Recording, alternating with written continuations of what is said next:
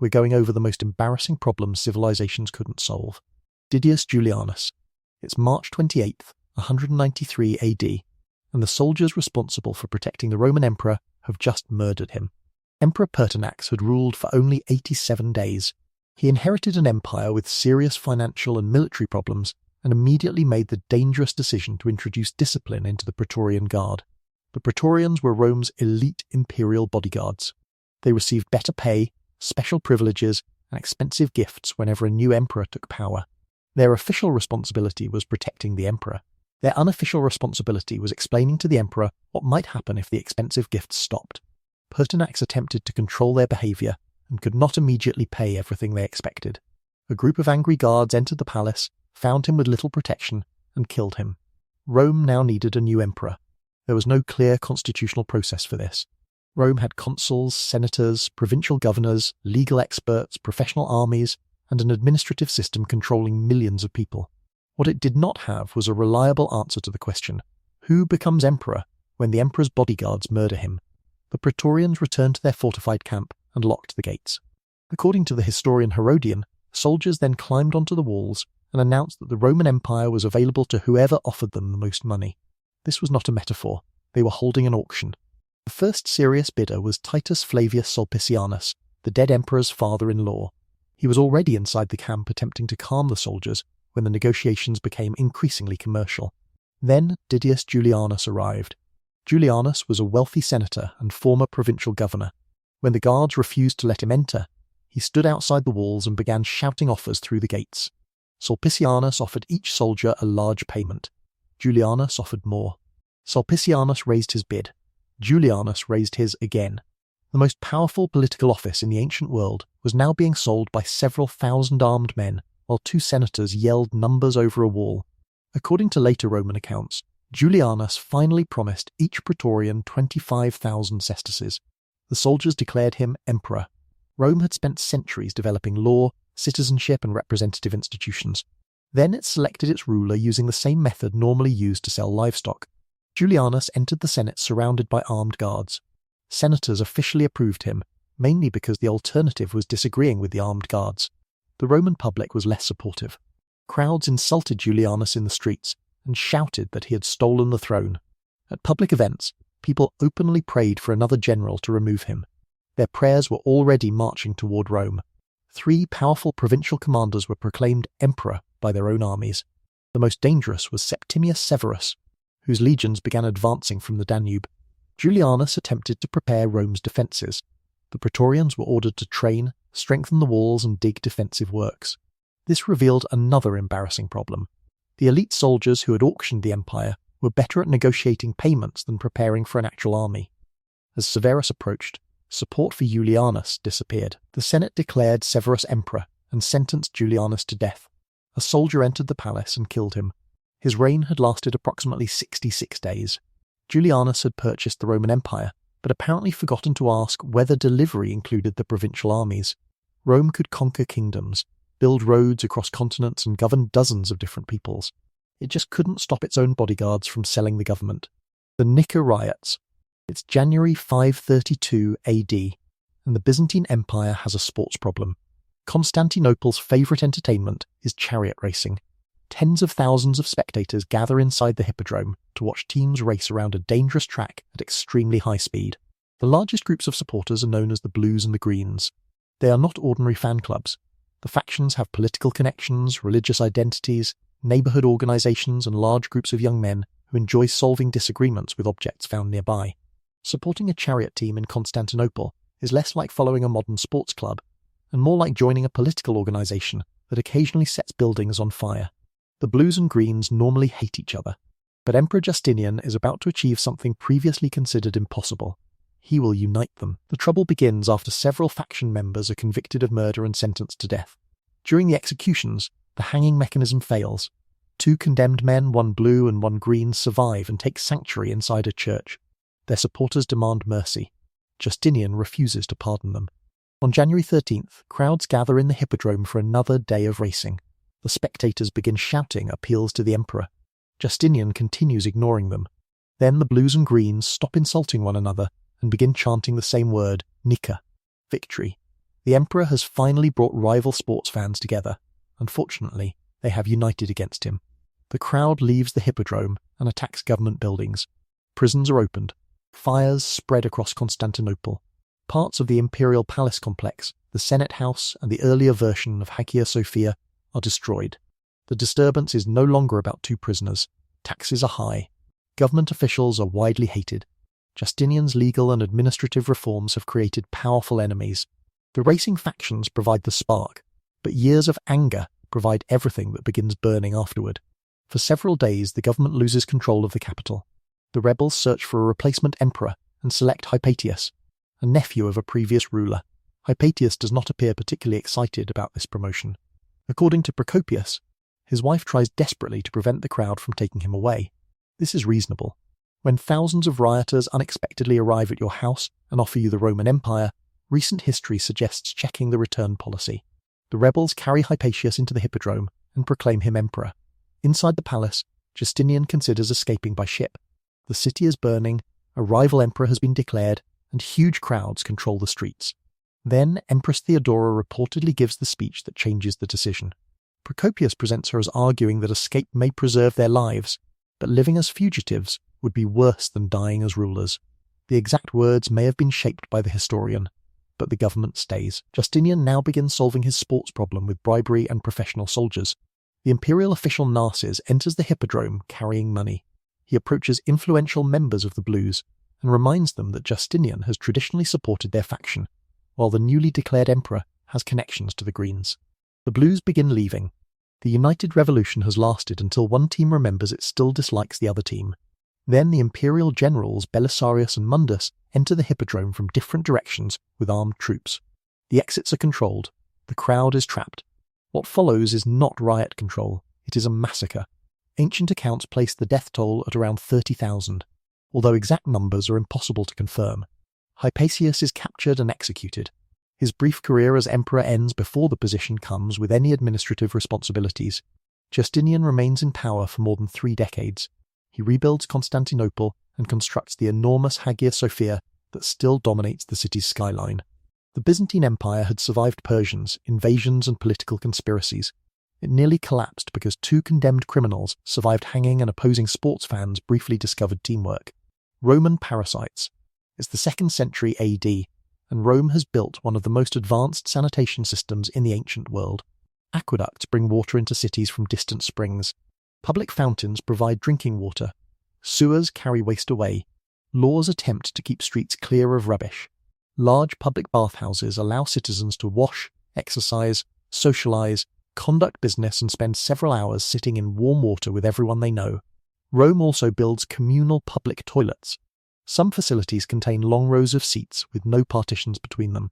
Roman citizens can therefore empty their bowels while discussing politics with the person sitting beside them. Modern bathrooms provide privacy. Roman bathrooms provided networking opportunities. With aqueducts, baths, sewers and toilets, Roman populations should have been dramatically healthier than the people who came before them. Archaeological evidence suggests that the parasites did not receive this information. Researchers studying Roman-era cesspits, sewer drains, burials and preserved human waste have identified widespread whipworm, roundworm and organisms associated with dysentery. Fleas, lice, bedbugs and other external parasites also remained common. Regular bathing did not clearly reduce these infestations. In some areas, intestinal parasites appear to have increased during Roman rule compared with the earlier Iron Age. This does not mean Roman sanitation achieved nothing. Aqueducts supplied enormous quantities of water, and sewers removed visible waste from crowded areas, but the system contained several flaws. Public baths could become crowded communal pools. The water was not always continuously replaced, and warm conditions allowed dirt, oils and human material to collect. The Romans had created enormous buildings where hundreds of people could wash themselves. They had also created enormous buildings where hundreds of people could share whatever was living on them. Then there was fertilizer. Human waste collected from cities could be transported to farms and spread over agricultural fields. This returned valuable nutrients to the soil. It could also return parasite eggs. Without modern treatment or controlled composting, waste from an infected person could be placed onto crops, carried into markets, and eventually consumed by another person. Rome had developed an early recycling system. Unfortunately, the worms were recyclable. Trade may have helped spread other parasites.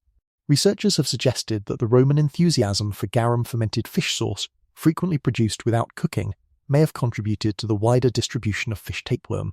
Garum was manufactured in coastal centres, packed into containers and shipped around the empire. Roman roads and sea routes carried soldiers, officials, wine, olive oil, pottery and luxury goods across enormous distances. The fish tapeworm may have appreciated the logistics. Roman doctors knew intestinal worms existed, but did not understand their life cycles. Galen believed some worms could arise spontaneously from putrefied matter inside the body. Treatments focused on balancing the four humours using diets, medicines and bloodletting. A patient could therefore arrive suffering from an intestinal parasite and leave suffering from an intestinal parasite with slightly less blood. Rome's sanitation infrastructure was still extraordinary for its time, but toilets and sewers alone could not solve contamination when people did not understand microbes, parasite eggs, or disease transmission. The Romans connected their cities with pipes, drains, and aqueducts. The parasites used the network more successfully than expected. Sumerian irrigation. It's around 2500 BC, and the cities of southern Mesopotamia have achieved something extraordinary. They have learned how to grow enormous quantities of food in a landscape where reliable farming should be extremely difficult. Rainfall is limited and unpredictable, but the Tigris and Euphrates rivers carry water through the region. Sumerian communities dig canals, construct embankments, and organize thousands of laborers to direct river water toward their fields. Irrigation transforms dry land into farmland. Farmland produces surplus grain. Surplus grain supports craftsmen, priests, soldiers, administrators, and rulers. Villages become cities. Writing develops partly because officials need to record fields, harvests, labor, and grain. Some of the earliest states in human history rise from the irrigation system. There is only one problem. The same water creating the civilization is slowly damaging the soil beneath it. River and irrigation water contains dissolved minerals. When water reaches a field in southern Mesopotamia, the hot climate causes much of it to evaporate. The water disappears. The salt remains. When drainage is poor, the water table rises beneath the field and brings even more salt toward the surface. Over repeated growing seasons, the salt becomes concentrated around plant roots. At first, farmers may notice small white patches in the soil. Then wheat begins producing weaker harvests. The obvious response is to add more water. This helps temporarily. It also delivers more salt. The fields are thirsty because irrigation is poisoning them, and the treatment for the poisoning is additional irrigation. Sumerian farmers were not completely unaware of the problem. They could leave fields fallow, improve drainage, flush salts from the soil, and change what they planted. But these solutions required land, time, labour, and large quantities of water. A small farming community might allow a damaged field to rest. A growing city full of people demanding grain cannot easily inform everyone that lunch has been postponed for several agricultural seasons. Records from Mesopotamia show a long-term shift from wheat toward barley. Wheat is more sensitive to salty soil. Barley can tolerate more difficult conditions. Changing crops allows production to continue, but it does not remove the underlying salt. The civilization is lowering its expectations one harvest at a time. Some estimates based on historical crop patterns suggest wheat declined from a major crop to a tiny portion of southern Mesopotamian production over many centuries. Barley became dominant while fertility and yields also faced long-term pressure. Scholars continue debating exactly how much salinization contributed to the political decline of different Mesopotamian societies. Warfare, changing river courses, government failures, climate variation and invasions also mattered. Sumer did not suddenly disappear because one farmer used too much water, but salinity became a persistent structural problem created by the systems supporting the cities themselves. Abandon irrigation and the fields dry out. Continue irrigation without sufficient drainage, and the fields become salty. Build more canals, and maintaining them requires more workers, stronger government, and larger harvests. The civilization's greatest technology had created a problem that grew whenever the technology succeeded. Sumerian engineers had taught the desert to produce food. The desert responded by quietly seasoning it. Tikal's reservoirs. It's the 9th century AD, and the Maya city of Tikal is facing a survival problem. Tikal is one of the greatest cities in the ancient Americas. It contains enormous temples, royal palaces, paved plazas, and thousands of buildings surrounded by tropical forest. But the city is not located beside a permanent river or natural lake. The seasonal rains provide huge amounts of water for part of the year. Then, a long dry season arrives. To support a large urban population, the Maya construct reservoirs capable of collecting and storing rainwater. Roofs, plazas, and paved surfaces help direct rainfall into these artificial water supplies. Tikal survives because its engineers have turned the city itself into a giant rain-collecting machine. They also developed sophisticated filtration. Researchers studying the Corriental Reservoir discovered layers containing quartz sand and zeolite, a porous volcanic mineral capable of removing microbes and other contaminants from water. The material had been transported from a source many kilometers away. This was not someone placing a cloth over a bucket. It was one of the earliest known large-scale zeolite water purification systems in the world. Tikal understood that stored water could become dangerous and developed technology to clean it. Unfortunately, not every reservoir remained clean. Scientific analysis of sediment from 4 major reservoirs revealed severe contamination in the palace and temple reservoirs, located near the city's political and ceremonial center. Researchers identified high concentrations of mercury, large amounts of phosphate, and evidence of cyanobacteria capable of producing toxins. The most prestigious water in the city may have become some of the least desirable water to drink. Part of the mercury probably came from cinnabar, a bright red mineral pigment used by the Maya in elite decoration, ceremonies and burials. Cinnabar contains mercury sulfide. Rain could wash contaminated material from painted buildings, plazas, and surrounding soil into the nearby reservoirs. The Maya used the pigment because it produced a powerful red color associated with wealth and ritual importance. The city was decorating itself with something that could eventually enter its water supply. The phosphate pollution likely came from human activity and organic waste accumulating around densely occupied ceremonial areas. Then, cyanobacteria found favorable conditions inside the nutrient-rich reservoirs. Some species can produce toxins dangerous to humans and animals. During severe droughts, falling water levels could make the contamination more concentrated, while simultaneously making every remaining container of water more important. Tikal had created a brutal contradiction. The less water the city had, the more desperately it needed the reservoirs. But the lower and warmer the reservoirs became, the worse the water could become. The Corriental filtration system shows that Maya engineers knew how to improve water quality, yet the filtration structure was eventually destroyed or abandoned, and apparently not rebuilt. Later sediment from that reservoir also contains evidence of mercury contamination. Researchers do not argue that poisoned water alone caused Tikal's decline. Warfare, political instability, population pressure, deforestation and repeated droughts all contributed to the crisis affecting Maya cities during the 9th century. But contaminated reservoirs would have made every other problem more dangerous. A hungry population can search for food.